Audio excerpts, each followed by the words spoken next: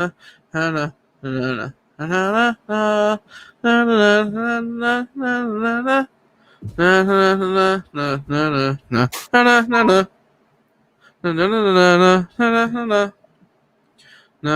right. Welcome in, everybody, to Fan2Fan Detroit. I'm your host, Andrew Norris. This is Double P producer Parker. We got a cool show for you. Obviously, by the time you hear this, the NBA playoffs will have started. Right now, we're still a day short, but we have our full first-round predictions for you. Who's winning and how many games, series MVPs, the whole deal.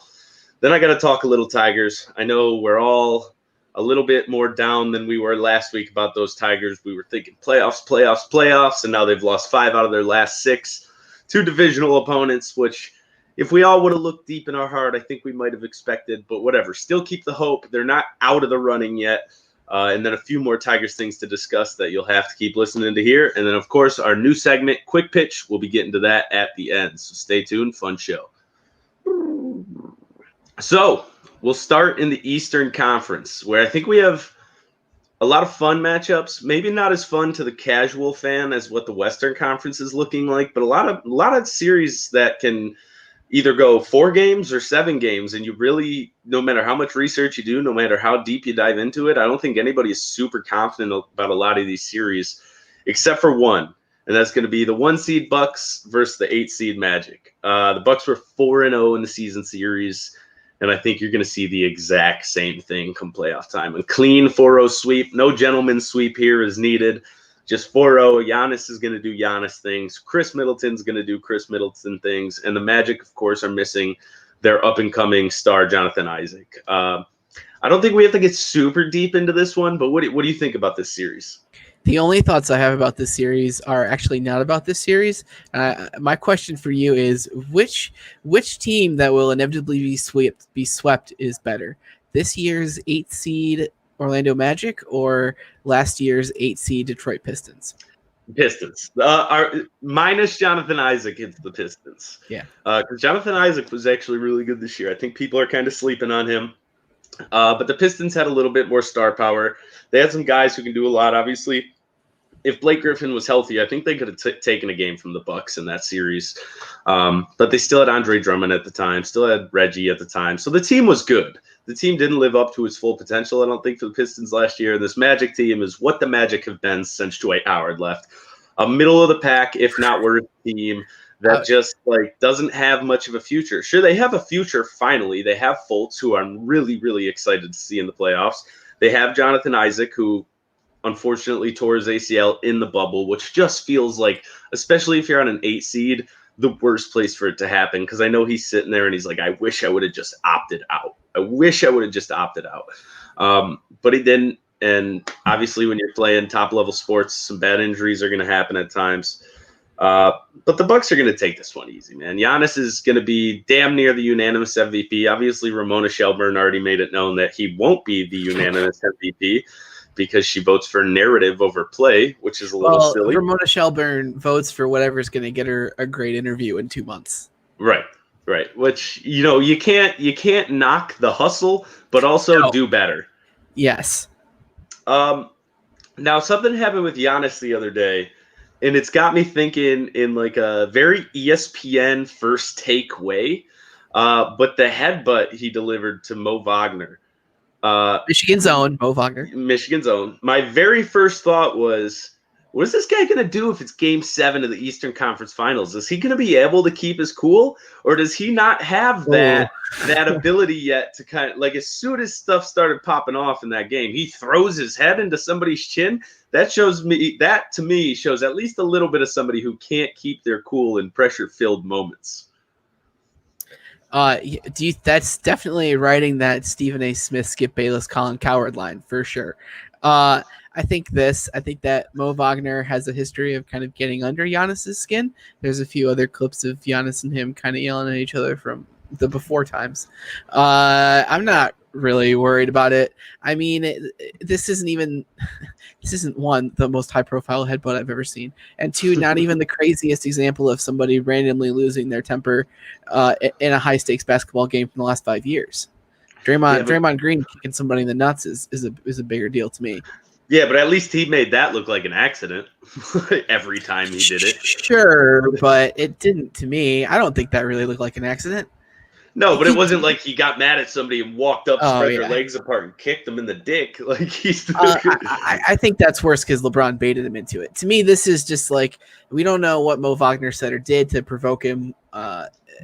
You know, I'm okay with this. Giannis really has like the ultimate golden child status right now. Can you imagine if Harden or Curry or LeBron did this to somebody? The media would have went absolutely crazy. They would have went bananas. But Giannis did it, and it kind of got swept under the rug. And I don't think it's a huge deal. I was just posing that question kind of as a what if to see what you thought about it. I don't really give a shit. But like, just compared to the attention the other top stars in the league would have got, just shocked me a little bit, because if you're one of those guys, you can't do this. You can't headbutt somebody in the jaw. If Russell Westbrook had done this, they would have charged him with assault. Yeah, for sure. Who's your MVP of the series? Giannis. Giannis, duh. And then I have a bold prediction for every one of these series, and my one for this series is Markelle Fultz has a triple-double in at least one game. Ooh. I love that. You and I both were still very much on the Markelle Fultz train. We never left. Never left. We've been there the whole time. I actually have a Magic question for you, as crazy as that sounds. What is Mo Bamba? Recovering from COVID center? I mean, well, he's out for the series because of COVID complications. But in the future, he's still a 7'2" guy who's going to be able to shoot 35 to 40% from three, going to be able to block shots. If he can stay healthy, if he can get some playing time under his belt, the dude still has a bright future. I don't think he's going to be like a year in, year out all-star, but he can be a starting center on a good NBA team. There are very few Mo Bamba highlight compilations out there, and their ones that do exist are very short. And that has me a little bit worried 2 years into his career. Yeah, he hasn't played much though. I think that's the biggest factor in that. Okay, but he hasn't played much. Look at what team he's playing for, you know? Yeah, but he hasn't played much because of injuries. It's not like he's been riding the bench behind anybody besides Vucevic. He just hasn't been able to stay healthy. And now with these COVID complications, which is especially for professional athletes, the thing you really hate to see for a guy who got it. He wasn't hospitalized or anything. But now 2 months after he was diagnosed, or a month and a half after he was diagnosed, he's still having complications with it that are affecting his NBA career, which shows, I mean, this dude's a 22-year-old world-class athlete, and this is happening to him. So I still think he's going to be a good NBA player. If he gets a 17-10 year in his career, I wouldn't be shocked at all. Now the 2-seed Raptors are going to take on the depleted 7-seed Nets. The season series was the Raptors 3-1. Just right off rip, I want to know who you got winning this series. How many games? The Raptors in 4. You think it's going to be a clean sweep? The Nets suck. I mean, Karis LeVert's good, but like the rest of them, it's basically a G League team. Yeah, so I gave the Nets a game, and I think it might just be because, again, Michigan's own Karis LeVert and how much he's been balling out. So I gave the Nets a game just because, like, even before KD and Kyrie got there, they were this scrappy bunch last year who fought for victories. We've seen them do similar things in this bubble with a depleted team. So I think they'll find a way to pull one win out. But this is a Raptors team that's on a mission. And the mission is not only to win an NBA title. The mission is to prove they didn't win an NBA title simply because Kawhi Leonard was there. I think that they've done a pretty good job of proving that so far. I just don't think that this is the same Nets team, man. The coach isn't there. Quite a few of those players aren't there. It's the Spencer Dinwiddie, Jared Allen show. I don't know. Can they maybe win a game? I don't know. Maybe. Yeah. Maybe. Again, it's one game I'm giving them. I don't think they're going to compete to win this series. But I think the Raptors are going to put everybody on notice that, hey, this Eastern Conference isn't just going to be handed to the Bucks. We're still here. We're still in contention to win this thing. If the Raptors lose a game, it's going to be because they have one of those weird, terrible shooting nights like they did against the Celtics in the bubble. That's right. How they win a game. Yep. And even if they have one of those nights, they still might win because during the bubble, this has been the best defense in the league, and I think they're going to carry that into the playoffs. It's just suffocating. They have a top 3 coach in the NBA in Nick Nurse.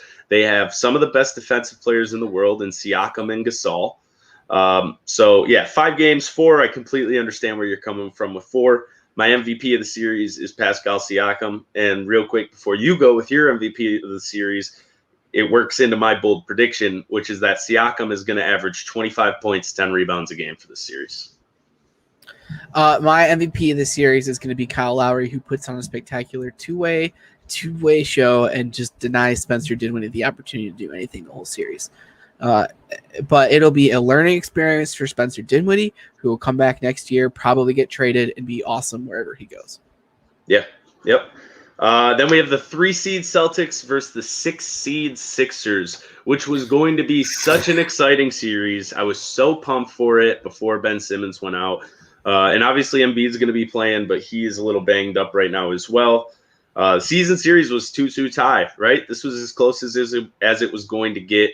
But Ben Simmons with the knee surgery, I think that's really, really going to hurt. Obviously, it's really, really going to hurt the Sixers. Now, I don't think that it completely takes the Sixers out of any ability to win this series, but I don't think they will. I think the Celtics will win this. I think it'll be in 6 games after what'll be like damn near a heroic effort from Joel Embiid in those 6 games. I'm taking Sixers in 5, and I think that it's – I'm sorry. I mean, I'm taking Celtics in 5. Excuse me. Celtics in 5, and I think that the Sixers squeak one out because whoever's guarding Embiid gets in foul trouble, and then that's it. I don't think the Sixers are very good right now. Let's go out of – we're going to take this – we're going to do a segment within a segment that I'm calling Out of the DMs, where I'm going to talk about something that you and I argued about this week in Twitter DMs. We should do this all the time. The Sixers suck. I hate them. I hate the Sixers, the way that their roster is constructed now, the way that whole thing is going right now. I hate it. You got to change it. Okay, I agree. I hate the way the roster is constructed right now. And by that, I think we mean different things, though. Yeah. You hate Joel Embiid mixed with Ben Simmons. Yeah. I hate Joel Embiid mixed with Tobias Harris, mixed with Al Horford, mixed with Ben Simmons, right? Those 4 pieces together don't work. Ben Simmons mixed with Joel Embiid, especially if Simmons is playing the 4, does work and can work. We saw this team this close, literally a bullshit shot that hit the rim 7 times away from beating the team last year that won the NBA Finals over the Golden State Warriors, right? This close. So don't and people always forget they're so young, man. LeBron didn't win a title till he was 28. Jordan didn't win a title till he was 28. Am I saying Ben Simmons or Joel Embiid is LeBron or Jordan? No. But if you put these guys together, you let them grow, you let them mold. What's the worst case scenario? Like you're the 90s Jazz and you get 2 finals appearances? You don't blow a team up because of that. Like you don't. You have a top 3 center at worst in the league in Embiid, and you have a top 20 player in the league in Ben Simmons, and that's without a jump shot. And guess what? He still has so much time to develop that jump shot. I know we've been saying it for what seems like years, but that's because the guy's been playing since he was 19. He still has years and years and years. Marcus didn't develop a good jump shot till he was like 2. Brook Lopez didn't develop a jump shot till he was in his 30s. Don't blow it up. Make changes. Get rid of Al Horford. I'm going to jump in. Fire the hell out of Brett Brown. He needs to go. I'm jumping in because you've had time to fix yourself again. So I'm going to do this. I'm going to go point by point here. To call this team the 90s Jazz is offensive to the 90s Jazz, who are the exact opposite of this team, and that they were the most well-oiled, consistent, you knew what they were going to do, and they succeeded team that there ever was. And this team is the opposite of that. They take all the things they're supposed to do, and they do them well 30% of the time. And 30% of the time, they do that shit great. But the other 70% of the time, either somebody's injured, or not trying enough, or pissed about whatever's going on off the court, or the pieces don't fit together. That team has more talent on its roster than I think almost any team in the NBA. Pure talent. We're talking Ben Simmons, Josh Richardson, Joel Embiid, Tobias Harris, Al Horford. That right there is 5 players that stack up pure talent better than any 5 players in the NBA. But they can't get it together. Some teams just don't have it. Some teams you're going to take 10 years and find out the team just didn't work. And it was a strategic error. It just was an anomaly, a glitch in the matrix. That shit doesn't work, and we know it doesn't. Shit keeps happening, and it keeps happening for a reason.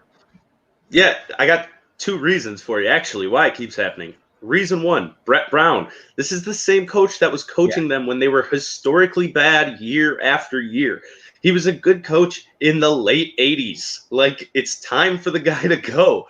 Reason number 2, you're right, injuries. But, like, they're either going to go away or you're going to get to a point where it's just too much, okay? And then it's too late. And that's okay. I'm willing to roll those dice and take that risk with this team. They're still too young to get rid of either Simmons or Embiid. I guess if you want to get rid of one, you can get rid of one.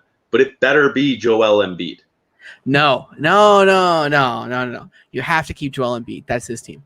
And that's the problem, is that Ben Simmons' role is like this generation's Scottie Pippen. I think that's what he could be. But he doesn't seem to want to do that with this particular team. And it's because they haven't learned the lessons they need to learn yet. They're just not there yet as a team. Yet. That's the key word here, is yet. They're not there yet. They're still in their mid-20s, man. They have plenty of time to figure it out. Elton Brand needs to go. He can't build a team. Oh, and then the next reason is they have a 2K roster. He went and hit the trade finder and saw what they could get. The pieces are great. Like you said, talent-wise, straight up, top 5 matches up with any top 5 in the league. Fit, they don't fit together at all. At all. I agree, but it's Joel Embiid's team. It's his town. Ben Simmons is renting space there. And if you can go and get a decent deal to make it the Joel Embiid and cool players show, that's a better team, I think. Definitely a team that's going to win and be more harmonious. Look at the Chicago Cubs right now. They're playing high school varsity baseball. They are loving it, and they're winning big time. There's just something in the water in Philly. So something isn't right there. They fucked up with Markelle Fultz. Zaire Smith hasn't been able to see a basketball court. They had 5 top 5 picks, and 2 of them are still there. There's an institutional problem with that team, and it starts with Brett Brown. I agree. There's a lot of really good coaches. What about Alvin Gentry coming in to coach this team, telling Joel Embiid to shut up and sit down? I just think that you have to, it doesn't work. You just know it doesn't work. So when I say you have to trade Embiid, it's not because I think Simmons is the better player. It's because I can't tell you right off the top of my head if there's been a team this century to win a title where the best player wasn't their primary ball handler, right? Or at least a top 2 primary ball handler. And I've said this on the show, and I'll say it 1,000 times again. A big man cannot be the best player on your team if you want to win a title. They can't be. It's against the modern day NBA rules. On top of that, you will get a haul for Joel Embiid. You'll get a good package for Simmons, but you will get an absolute haul for Joel Embiid.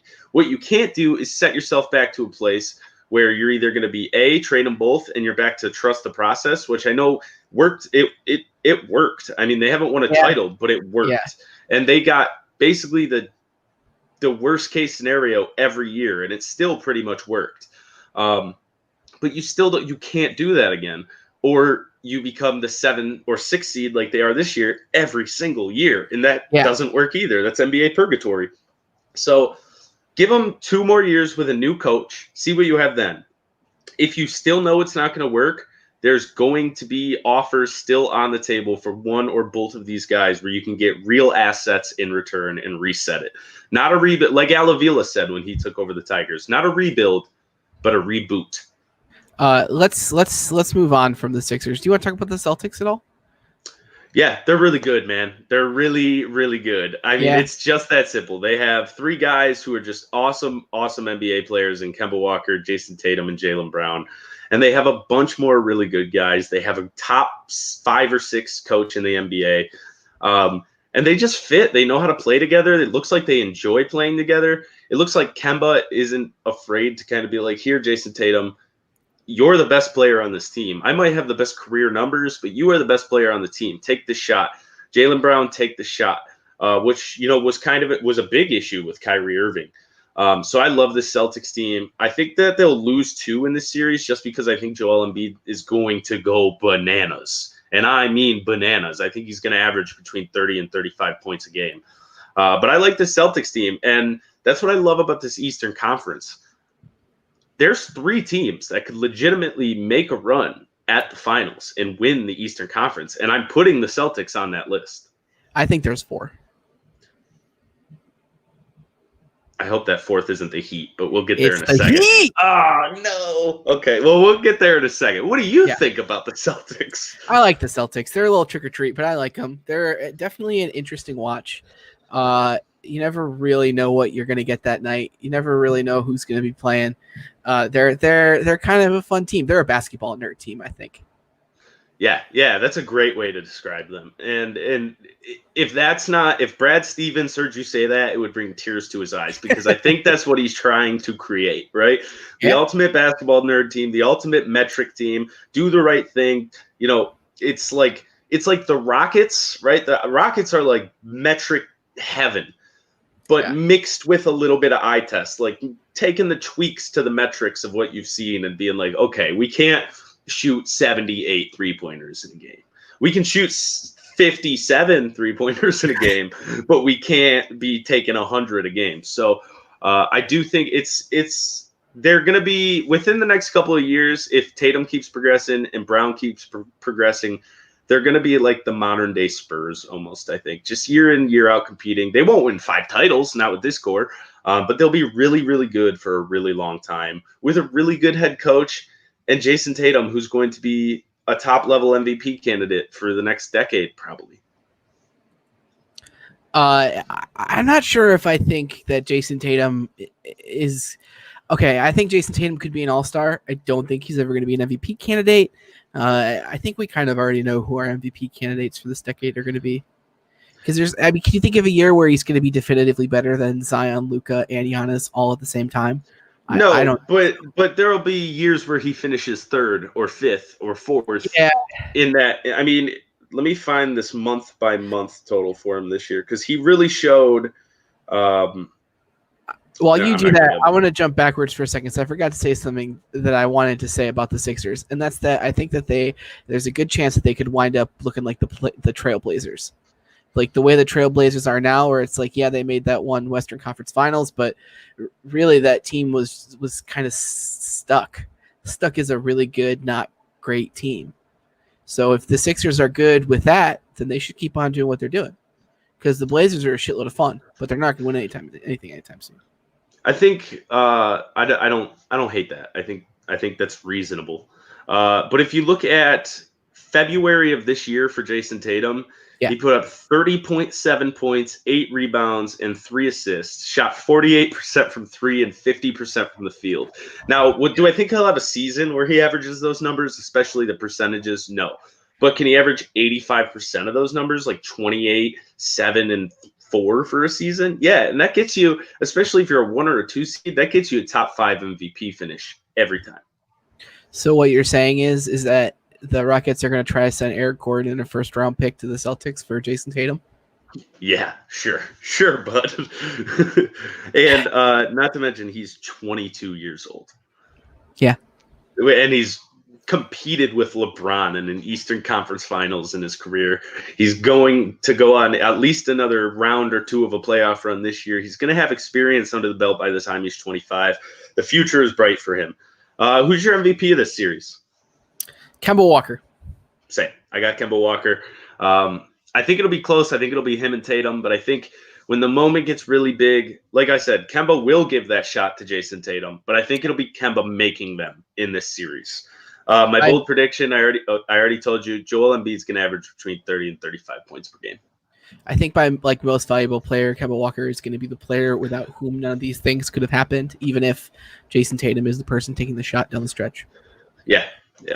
They just look, they're so much more appealing. They're enjoying themselves more with Kemba Walker. It's just a good team. It's a good, well-rounded team. Yep. Doesn't have a dominant big, but they have some rotation options that are good enough, So. And the interior defense has been great. They are third. That's one thing I was shocked at, because when I was doing my prep for the show, thinking about how Joel Embiid's going to dominate them, thinking to myself, the Celtics are probably in the bottom half of the league in paint defense. They were third best in the league. They only allowed 43.4 points per game in the paint this year, which did surprise me. I think Joel Embiid can counter that because he's just that good, and the talent down low for the Celtics isn't as good. But they're still a good defensive team down low, even with the lack of big-time talent down there. Moving on to the 4-seed Pacers versus the 5-seed Heat. Season series was 3-1 Heat. Go ahead. Tell me about your Heat thoughts, buddy. Heat in 6. I like the Pacers. I think they're good. I respect the Pacers. But I think that the Miami Heat have all the makings of a classic, better than the sum of their parts team. They've got good coaching. They've got definitive leadership. They've got, more importantly, leadership that they listen to, regardless of whether it's great or not, in Jimmy Butler. They've got a roster chock full of guys who've been there before. You know Andre Iguodala is going to give you something. You know Kelly Olynyk's going to give you a one wild-ass 28-point game in the playoffs. He does every stupid year. You've got shooters. You've got Duncan Robinson, who has been second-team all-bubble, in my opinion. Michigan's own Duncan Robinson. Michigan's own. Tyler Hero, who I don't think will be scared of a moment. Jay Crowder, classic veteran role player. You go down the list. Kendrick Nunn, second place Rookie of the Year winner, in my opinion. They've just got everything. They've got a great roster to throw at the Bucks, I think. I don't think they'll beat the Bucks, but I think that's going to be a tough series for the Bucks. So you're just saying right now that team – oh, wait. Would they play them next? No, they'd play them – yeah. Okay, they play them in the second round. Yeah. Okay. I got the Pacers in 7. Okay. The Heat have really good individual talent, from Jimmy Butler to Michigan's own Duncan Robinson to Kendrick Nunn, like you said. You named all these guys who do a lot of great things. Now, I think the best part of their game is the way they've been able to shoot the 3-ball this year. And a lot of that goes to Duncan Robinson. But what people forget is playoff basketball is an entirely different animal. Duncan Robinson will be suffocated, pushed, shoved, bumped, pulled, scratched, kicked, bit, whatever needs to happen. It will happen to Duncan Robinson. We see it to Steph Curry every year in the playoffs. Steph Curry can work around that because he's the greatest shooter to have ever lived. But I need to see that Duncan Robinson can live through that before I say anoint him one of the greatest shooters of all time. So this Heat team is good. They're really good. They're better than they should be. If you would have looked at this roster coming into this year and you would have said Duncan Robinson and Kendrick Nunn were getting 25-plus minutes a game, I would have told you they were like a bottom 5 team in the NBA. But Eric Spoelstra makes shit work. He knows, and especially around the perimeter. That dude knows how to get people open for 3. But this Indiana team has been firing on all cylinders in the bubble. They went 6-2. TJ Warren was the second best player in the entire league during the bubble. These numbers are wild. He averaged 31 points per game on 58% from the field, 52.5% from 3, and 89% from the free throw line. Now, do I think he'll keep that slash line up? No. But do I think he'll be 26, 27, 28 points per game? Hell yeah, he's that on fire right now. It's not going anywhere anytime soon. Victor Oladipo looks healthy, and this team just scraps and fights. And I feel like this Heat team just has a little bit of the Clippers to them, where they feel like they've already won a championship, which blows my mind. To me, this Heat team is like the opposite of the Sixers. They are a team that just works, and things just work well. All the organization really seems to be locked in. They're making the right choices. The rotation, in my opinion, their 8-9 man rotation is just solid. They can defend. They're gonna. I wish that the Heat were playing the Celtics. I think that's a better series, a more interesting series. And then Pacers, because it also would allow the Pacers to win a round of the playoffs, which I feel like they deserve to do. But I just like the Heat. I believe in coaching that's been there. I believe in Andre Iguodala fleecing teams, but So the only thing I disagree with there is that you wish they were playing the Celtics. I think this has the potential to be the most fun playoff series of the entire first round. It's going to be competitive no matter what. Right. I mean, this could go 7 games with an average margin of victory of like 3.5 points. Yeah. I wouldn't be shocked at all if that happens. And I want the team in that situation with more guys who have been there before. Okay. I mean, that's fair. It's not like the Heat have like a huge, they have like 3 guys who have been there before. But the Pacers have none. And Jimmy Butler hasn't like really been there before. Right. It's true that like Jimmy Butler is kind of like a bad co-leader and that he's telling you all these things are going to happen, but we kind of got to watch the clock and wait and see. And maybe he's right, you know? I'm going to give you my series bold prediction since we're on the subject. Before I give you my series MVP, Jimmy Butler shoots below 40% from the field. Victor Oladipo, TJ Warren suffocate the man. My bold prediction is that Duncan Robinson hits 5 threes a game for the course of the season. Is that bold? Yeah, I think so. Are you kidding? No, it's pretty bold. It's just, with the absolute fire that man's been coming out with. I know you said it's spiteful that I have him doing that, but let's not pretend like Jimmy Butler is this all-efficiency guy. Shot 45% from the field this year and 24% from 3. The guy isn't an offensive mastermind by any stretch of the imagination. Yeah. Okay. The 1 seed Lakers will officially take on the 8 seed Trailblazers after Damian Lillard went on an absolute tear for 4 games and beat the Grizzlies in a playoff game. Not single-handedly. That was really a team effort. Nurkic went for 20 and 20. But took the Grizzlies out, had to go 4-0 to get in, went 4-0, and now we have the matchup. It's the matchup that the Clippers wanted because they think the Blazers can beat the Lakers. First of all, does this series have a chance to be legitimately competitive? And by that, I mean go more than 5 games. Yes. I think the Blazers have a chance to win 2 games. Yes. How good of a chance? I think a pretty decent chance to really make this a real series. And it's not. This isn't an indictment on LeBron or Anthony Davis. It's just pure basketball schematics. It's just the matchups. Obviously the Blazers don't have anybody to stop LeBron. That's true, but they might have some bodies to throw at Anthony Davis, and I don't think the Lakers have anybody who can guard either CJ McCollum or Damian Lillard.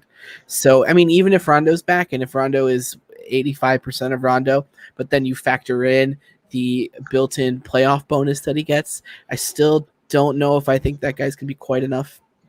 But, I mean, it's LeBron. They're going to win the series in 6 games.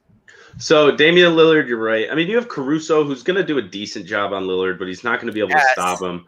CJ McCollum's probably going to end up being his own biggest, worst enemy with his fractured back in a playoff series that is going to start to get to him. There's just no way around it. And then let's not forget, the Blazers down low aren't any better than they were a couple years ago when the Pelicans played them in the playoffs. Nurkic is still there. Nurkic is who was guarding Anthony Davis for the most part.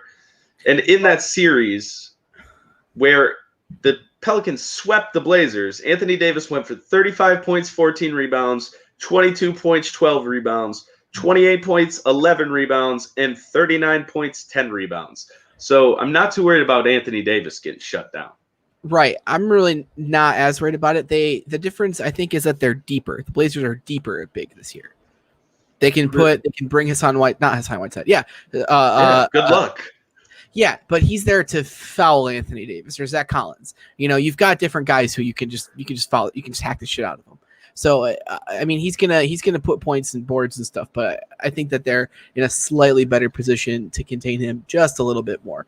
I don't want to sound the Blazers, like NBA hot take type deal, but I mean, the Blazers are a good team, and I think they should be respected for how hot they are right now. They are a good team. They are hot right now, but let's not forget the fact that it took Damian Lillard averaging 46 points per game over a 4-game stretch to beat the broken down Sixers, who didn't have Simmons or Embiid, the Mavs, the Nets without their best 3 players, and the Grizzlies by a combined 11 points. Yes, definitely the team has some problems. I think they'll win 1 for sure. I think they could win 2. What if Alex Caruso lands wrong and has to come out for a game because he's got knee tightness? You throw LeBron on Dame. So I don't know why. If I'm the Lakers, I might just play big the whole series. Why wouldn't you? Yeah. Yeah. I Well, think that's I such a don't huge want. proposition. I'm not worried enough by the Blazers to throw LeBron on Damian Lillard for the entirety of a first round series. It's Sure. going to take too much out of him at his age. Yeah. But the most exciting part about this playoff well, series is quite simple. Playoff LeBron is Yeah. back. Zero dark 30. Playoff LeBron is back. I don't think he'll shut off his social media this time because I think he wants to keep his platform up and running with everything that's going on socially, which I think will be a better decision. But I'm just hoping and praying that this guy still can flip that switch and turn into a 35 point per game a night guy if he wants to. I think he can. I think he always has that ability, even still at this point in his career. He's just a bully, you know?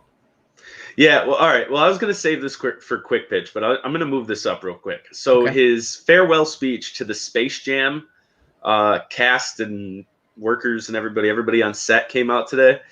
And he talks about how they've spent 12 to 13 hours a day for the last 59 days on set. Does that worry you a little bit? I mean, if you're doing 12 to 13 hour days on a movie set, you're not having too much time to get in the gym. Well, this is going to be a weird place where my Venn diagram of basketball knowledge meets my Venn diagram knowledge of how movies are made. That's 2 hours of just kind of sitting in a chair. And I also think that there's no way that LeBron thinks about the way that Jordan shot Space Jam with the scrimmages and the court that they built for him on set. And there's just no way that wasn't happening this time. We would have known by now if it was going to be an issue. We would have just known because we would have seen it in the play coming out of the bubble. I'm less concerned about playoff LeBron and more concerned by everybody else in the Lakers team. Do you have a bold prediction for this series? Dwight Howard sucks in this series. That's my bold prediction. How dare you, sir? Talk about spiteful. Dare you? Yeah, you've been riding that take since before the season, just waiting for it to come true. Waiting for it. I'm lying in wait. He wasn't that good in the bubble, so no. He wasn't. Okay, wait a minute. Hang on. I gotta go back to Dwight Howard for a second. Do you think that when LeBron talks about how their team has chemistry problems, that we should just know by now that what he's saying is Dwight Howard is a pain in the ass to play with? Because that's what everybody who's ever played with him says. Yeah. And I don't think anybody else on that team has chemistry issues. That team seems to get along really, really well. As well as any LeBron team since the early Miami years has gotten along. The only other thing I could think is just that Kuzma is just obnoxious. He's just a kid, and I could see how that could be bad, but I don't think I really feel that way about Kyle Kuzma. And LeBron wouldn't LeBron heaps praise on Kuzma. In the bubble, he said, if we want to win a title, Kyle Kuzma has to be our third best player.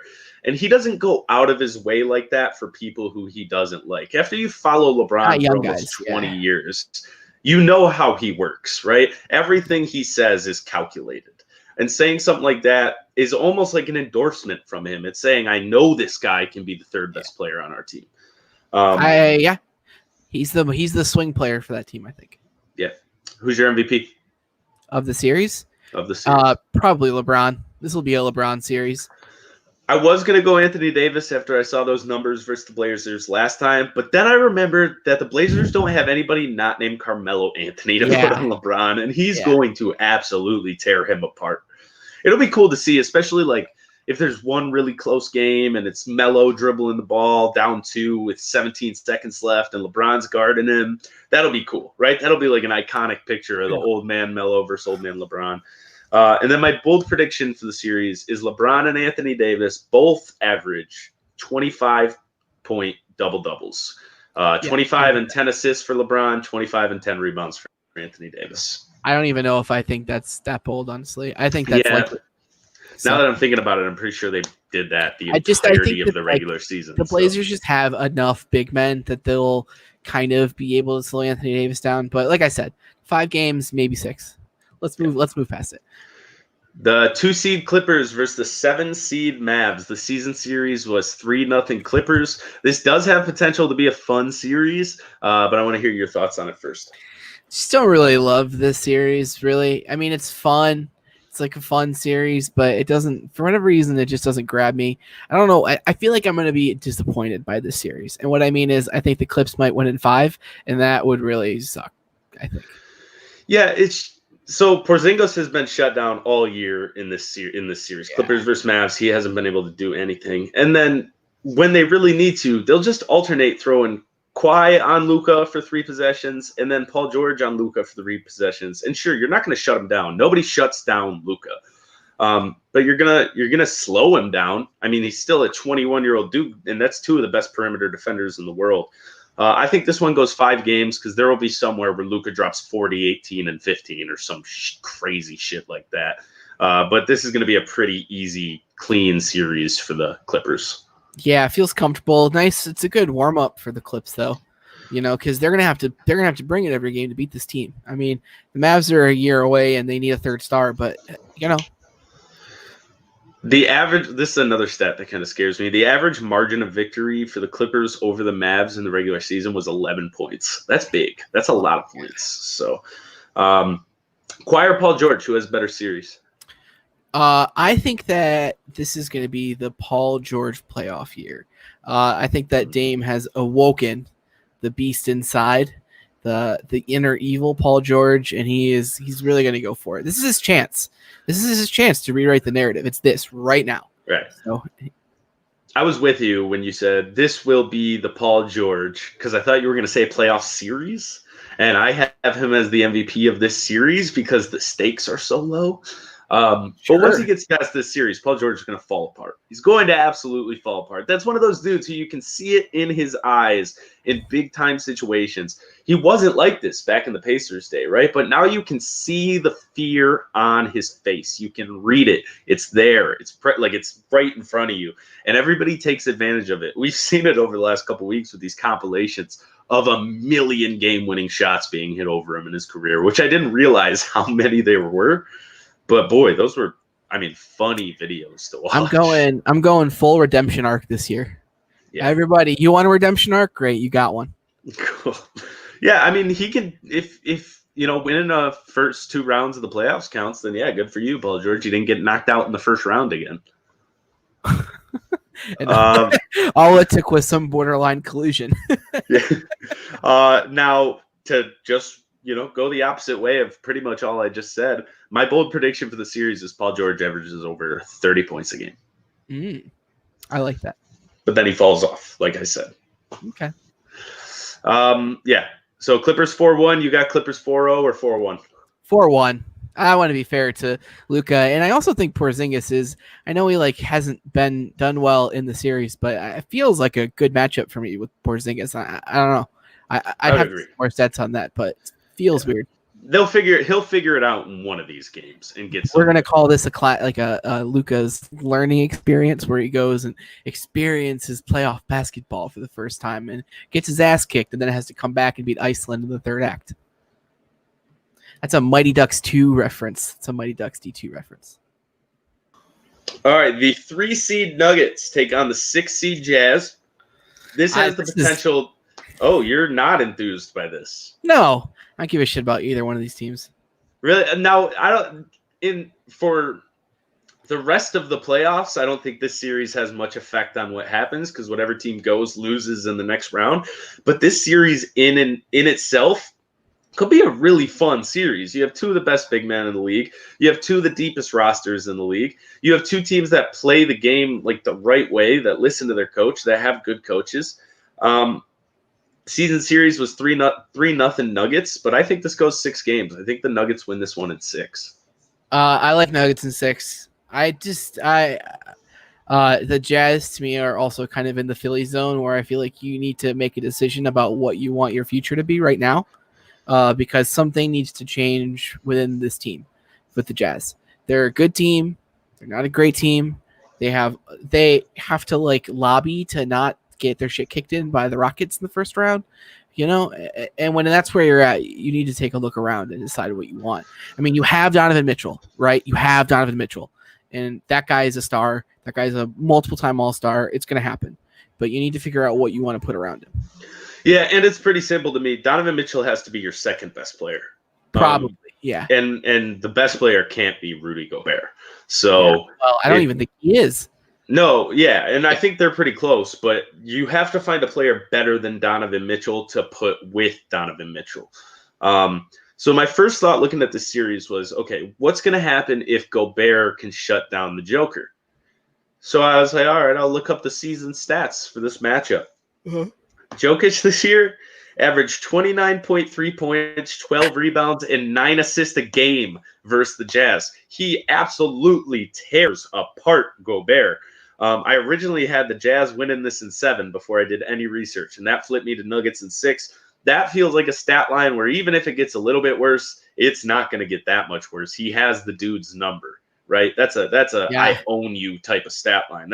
He almost averages a 30-point triple-double against arguably the best defensive center in the entire league. So this one's pretty easy for me. The Jazz will win a couple games because the talent discrepancy isn't that big, but the Nuggets, I think, will pretty much own this series. Donovan Mitchell can probably win a playoff game by himself at this point. Right. But and he'll have a game where he goes for 38. I know that it's Utah and it's tough to get people to come and play there, but I don't know. I think Gobert is probably gone in the offseason if they get a decent deal for him. Regardless of whatever the media speculation about whether they get along or not, I just think he's gone. There's just so many good centers, I know Gobert is a great center, but there's so many good ones, and you don't need a great center. Who's your MVP of the series? Probably Jokic, but I don't pick somebody other than Jokic. Oh, I know. I'm going to go with another wonderful redemption arc, but this time is going to be for Gary Harris, who's going to shoot 50% from 3 in the series. I like that. I'm going Joker. There's just after I see that stat line, I'm going Joker. Michigan State's own Gary Harris. Yeah, my bold. Yeah, we should probably count those guys too. Yeah. My bold prediction for the series is that Jokic averages over 10 assists a game. I hope so. That'd be fun. That's gonna be fun to watch. Right. It'd be just cool to see a center do that. Let me ask you, what if you're the Nuggets? What do you do next year? Because I think we found what the ceiling is in this team. And I think that there's still room to improve. I think that this is not a Philly situation. I think that you can add to this what they have. Because they've got Michael Porter Jr. now, who is a good player, is a modern player, and they've got 4 pretty solid starters, I feel like, right? Jamal Murray, Gary Harris, Michael Porter Jr., Jokic. That's 4 out of 5. And so where are you going to go? What are you going to do? So I think your only option right now is to either go get Beal or you wait for that next super duper star to become available and you just throw everybody who's not Jokic at him. If you got to you would get rid of one of the two of Murray or Michael Porter Jr. in this deal, but you just got to wait for that next guy to demand a trade. I don't know who the hell it's going to be, right? So what if it's Cat? And you say, screw modern day NBA. We're going Twin Towers, centers who can do it all, though. Cat shoots 40% from 3. Jokic is the best passing big man, maybe ever. I think ever. Yeah, it's him. It's Vlade Divac. It's a short list. I'm going to put Bill Walton in there so we don't get yelled at. So I think you just gotta wait because I don't think Beal pushes you over the top. I think he gets you close, but I don't think he pushes you over the top. So I think I wait for that next superstar, and there will be one. There's always one who becomes unhappy, demands a trade, and then you just throw the entire house at them. It's interesting thinking about who it could be, though. I think that Beal gets you pretty close. I think Beal plus Jokic plus if you can hang on to Michael Porter Jr. and either Gary Harris or Jamal Murray to get him, I think that team is pretty good, pretty interesting. That's for sure. They're going to be like the Showtime Lakers, but in that they're going to be a lot of fun to watch, but probably not play defense. Yeah, I'm really intrigued by Michael Porter Jr. because obviously coming out of high school, he was like the Zion before Zion. This was the generational talent guy, the number 1 recruit in the country. Was going to go to Washington. Then he went to Missouri, I think, and then hurt his back. Spent the whole first year of his career rehabbing that back. There was questions if he was ever going to be able to play. And then he shows up finally gets more than 10 minutes a game, and he's already putting up 30 a game. Like, the dude's nuts. So I hope he's that guy, because I was a huge MPJ fan when he was in high school. I think Michael Porter Jr. was in one of those situations where, like, his dad had been hired as a coach at Missouri, and then his brother committed to go there. Do you see where I'm going with this, knowing what we all know about college basketball? Are we talking a little bit of Cheddar Cheese? Yeah. Oh, yeah, but who cares? He was going to Washington anyway. I'm pretty sure his dad was a assistant coach at Washington, then got hired by Missouri. And then he, something happened. I think, if my memory is serving me right. I mean, Michael Porter Jr. was a huge prospect in college, like a huge, gigantic, like people like Jason Tatum level prospect, and it just because of all of the concerns with his back, and I don't think that we know if all of those concerns are gone forever.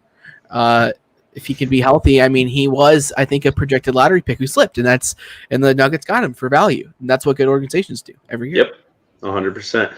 Let's move on to the final first-round playoff series, and that is the 4-seed Rocket versus the 5-seed Thunder, a matchup made in storyline heaven.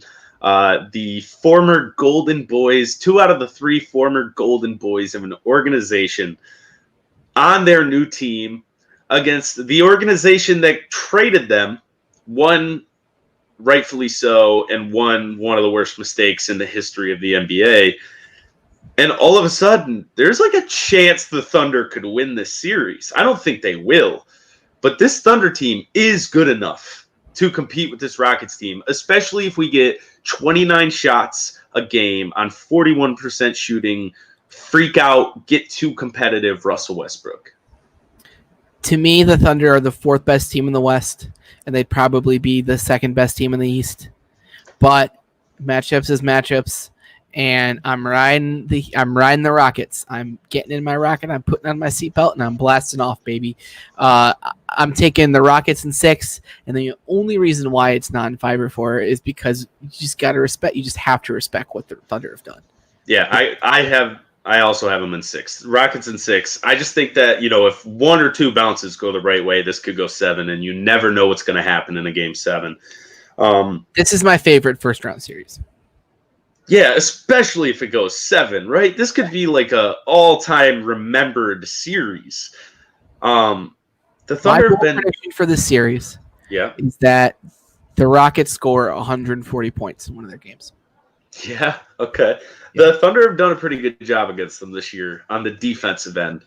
And again, it's really the only thing that could give the Thunder a shot to win this is if Russell Westbrook's all over the place. And by that, I mean the bad version of him, because there's a very good and a very bad version, and there's not much in between. But I don't even know if that's going to be enough, because James Harden is one of the best fucking players who has ever played basketball, and he's in the middle of his prime. The most underrated superstar in the NBA right now. Yeah, and it's just because people hate his style of play, which is silly, because I don't know how many times I'm going to have to explain this to a casual-ass basketball fan, but free throws are the most efficient shot in the game. Get as many of them as you can, point-blank period. You want a winner? Guess what winners do? They play the game the most efficient way you can play it. That's what winners do. Now, we always know we get good James Harden in round 1, right? We're not going to have to worry about James Harden choking shit away until we get to either the second round or the Western Conference Finals. So, again, I got the Rockets in 6. They might be the most hungry playoff team this year. They have the 2 guys who, if they don't win a title, could be Charles Barkley. Now, OKC has the 3rd guy who could be the Charles Barkley and Chris Paul. But all 3 of those guys who could be remembered as this generation's Charles Barkley are in this series. This thing is going to be an absolute dogfight. I'm thinking forward. I'm thinking about what Rockets Lakers is going to be like, and it just makes me sad. Rockets Lakers is going to make me sad, because there's just no way that like somebody's legacy isn't ruined forever in that series. Somebody. It'll be either LeBron or James Harden. One of the two of them are never going to recover from that series. Yeah, it'll be James Harden, by the way. Because Anthony Davis is going to absolutely tear apart the Houston Rockets. It's interesting watching the Rockets play because they get smashed on the boards every game, but it never really seems to matter. And they get a lot of boards. Like, they get boards. PJ Tucker just finds a way, man. And he plays, by the way, he's like, every time he defends Anthony Davis, he does a really good job. But I just think when the playoffs come along and it's LeBron plus Anthony Davis, it's going to be an impossible task. It's LeBron in that series. I don't know, because you either you can put PJ Tucker on LeBron and he might do okay, but then you definitely don't have anybody to guard Anthony Davis. So you're basically just allowing. So basically, the only way to do it is to have Anthony Davis just score 2 points and score 3, right? That's the only way to like kind of win that matchup. But that's Who's your MVP of the series? My MVP of the series is Russell Westbrook, who takes that shit personal and averages 30 points a game. I got James Harden, and I got my bold prediction is Chris Paul holds Russell Westbrook under 23 points a game. So that's Tigers baseball. We'll see what the season brings us. It's still going to be fun. There's still some cool talent on this team. We still get to watch Jacoby Jones do his thing. Hopefully Matt Boyd will somewhat get it figured out. He's not going to be the ace of the staff, though, everybody. He's just not. But we'll see. Again, 27 wins might get you into the playoffs. If they go on like a 4 or 5 game winning streak here somewhere, who knows? Cool. All right. You want to do some quick pitch? Quick pitch. Quick pitch. Quick pitch. What do you got today for quick pitches? All right, quick pitch. Our weekly segment taking you around the sports universe as quickly as possible. 25 days until the NFL kickoff. I'm about, a few weeks ago we talked about this, and we were 20% sure we were going to see a week 1. Right now, I'm about 80% sure we're going to see a week 1. Well, wait, I think I was always pretty confident we were going to see weeks 1 and 2. I think week 3 is the week where we're going to have to take a look around. I'm stealing your exact words when I say 20% for a week 1. Okay. But that number has risen for me. We're going to see week 1. Yeah, it seems like it. How far into the season do we get? Now that's the question. 4 weeks. It's pretty amazing that the Lions don't have a single positive test yet, right? And most of the NFL doesn't have any positive tests. Yeah. Pretty weird. Right? We're thinking on the same wavelength here. Pretty strange that nobody in the NFL has tested positive for COVID. Pretty strange. I mean, what happens if they get busted lying about COVID tests, dude? Fucking nothing, dude. What's the worst thing they can do in the NFL? Get sued by every player for $1 trillion? Oh, yeah. I mean, I guess I was just thinking more like holistically for the fans. I mean, they literally had to pay like $20 billion out for their concussion suit. It would be the same thing. My mother's sister, my aunt, her husband got COVID, and the only thing that guy's been doing is building a house by himself. Just him putting up drywall and like moving things forward. So it's pretty strange that they're saying nobody's caught it yet. Pretty strange. Yeah, no, you're right. This next one I'm really excited to talk about, and I'm going to let you take the wheel on it. Okay. The Spurs have missed the playoffs for the first time in 22 years. I knew this was coming. Thoughts? They'll be back next year. That's for sure. I'm going to say right here, right now, the Spurs are going to make the playoffs next year. I just feel like you're overvaluing their young guys, at least by like 15%. Yeah, maybe. I actually really like where some of those young guys the Spurs have. Like when he's played, DeJounte Murray has been really, really good. 5 years from now, what's the ceiling for that team? Well, that's a good question. I mean, that's for sure the question right now with that team is what's the ceiling? I don't know. I think that if you take the team as constructed, even if you I mean, then you start getting into like, what are we going to do with DeMar DeRozan? How many more years does Pop really want to coach for? 5 years from now, the Spurs are probably the 6th seed in the West, probably not any higher. Okay. Yeah. So I think I'm not sure. I think that it's kind of what if the Spurs like were able to pull off a trade for like one of those superstars, Ben Simmons or something. Yeah, Ben Simmons with Greg Popovich is a scary thought. Yeah. It's terrifying. And they would, but then you'd lose your pride and joy of the Spurs young guys. So it's your call, man. As you've pointed out, Ben Simmons pretty young still. Yeah, true. Okay, so the NBA draft lottery is in 4 days or 2 days from when this airs. We just tried to record this a second ago, but my Wi-Fi decided to go insane. So I'm going to sim the lottery. We're going to do a mock draft up to the Pistons. The first time I did it, we got the number 1 pick. But guess what? I lagged out, so it doesn't count. Here we go, sim lottery. The Pistons are picking 6th. I'm going to give you odd numbers. So with the first pick, it's the Atlanta Hawks. Who are you taking? Anthony Edwards. Ooh, so a little Trae Young, Anthony Edwards mix up. I like that. Okay. Or 130 points a game, but then let in 135 points a game. Second pick, it's the Minnesota Timberwolves. I'm going to take this pick how I think the Minnesota Timberwolves would take this pick, and I'm going to go Obi Toppin. And they're going to screw it up. They're going to say we don't want LaMelo. They're going to say we don't want Killian, and they're going to go Obi Toppin. They're going to hope that he can turn into Carmelo Anthony, and it's not going to work. Number 3. Whoa, wait, stop. Right. Wait a minute. That is not the Obi Toppin player comp. I don't think. Why? Because he's not. Carmelo's like a generational scorer. Yeah, I'm not saying he's going to be that. I'm going to say that's what the Timberwolves are going to be sitting there going. Obi Toppin, he doesn't play defense. He can shoot the ball, and he can attack the rim. And he has like a similar like shimmy your shoulders, step back, fade away type of style as Melo. He's not going to be Carmelo Anthony. That's not what I'm saying. Is Antoine Walker the player I'm thinking of right now? Is that what we're – okay. No. All right, how about this? Kmart Carmelo Anthony. I always thought Obi Toppin's thing was that he was like a really fast cutter and he plays at the rim and he's like he can shoot, but really he's like an athlete. He does play at the rim, and he's an okay athlete. Like he looks like a great athlete, right? But he's not. His feet are stuck in the mud a lot. He's not super quick on his feet. He's got a lot of Melo type, but yeah, he's got a lot of those qualities. Okay, all right, the number 3 pick, moving up 9 spots, and this would drive this city. They would be so happy, and so would I think all NBA fans. The New Orleans Pelicans. Who do they take at number 3? I think it's pretty obvious. Oh, do you think they take LaMelo to play with Lonzo? Yeah.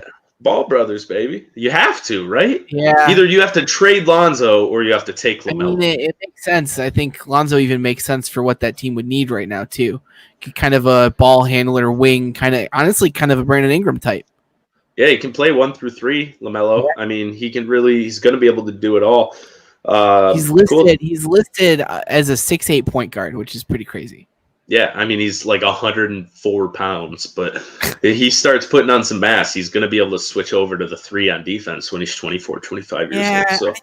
I think that if you're LaMelo, you want to be a 6'8" point guard, I think. Yeah, no, he's going to play the 1 or the 2, but he's got to put the mass on anyways for defensive purposes and offensive purposes. I mean, he can get to the rim, but when you're facing NBA bodies, you can't be 6'8", 6'9", and a toothpick.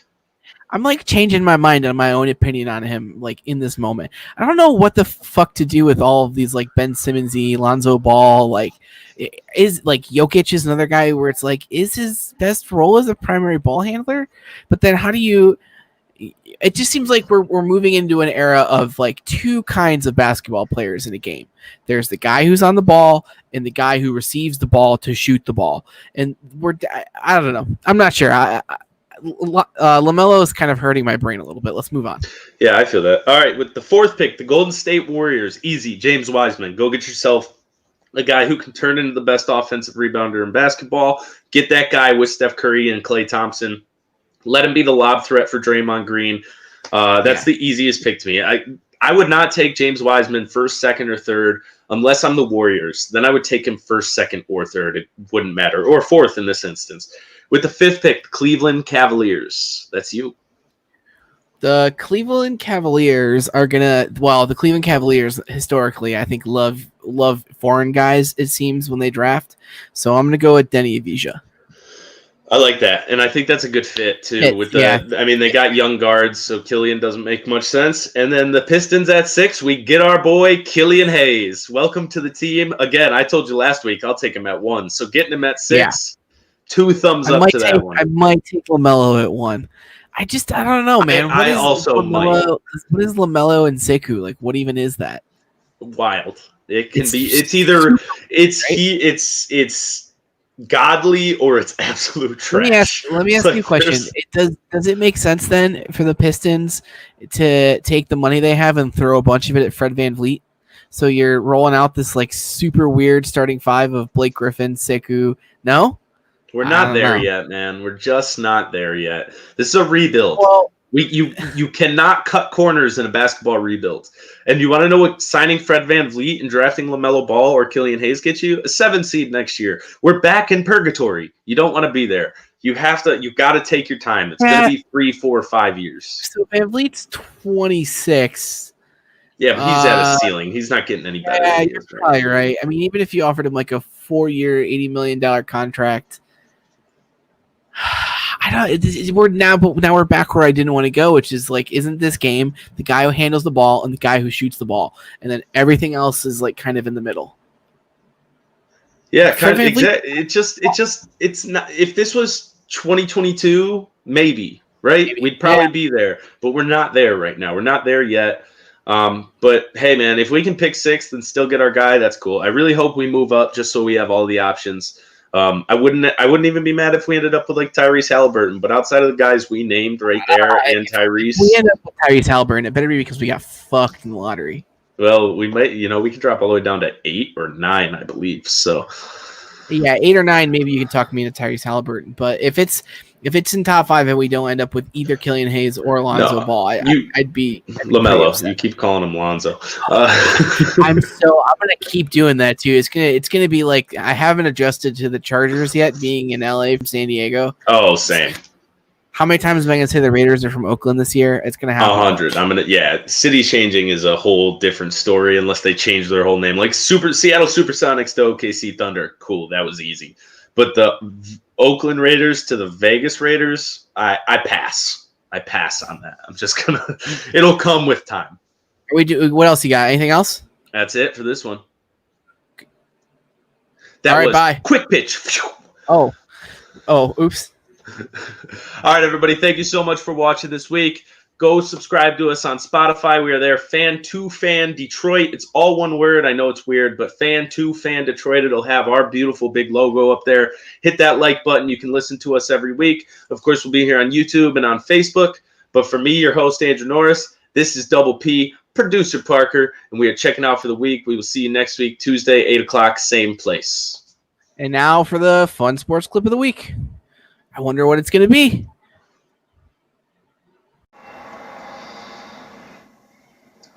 Justin Thomas, after his excellent approach shot, ran all the way toward the back of the green for birdie. Dude, you gotta be fucking kidding me. Well, there's just no way that ball doesn't break.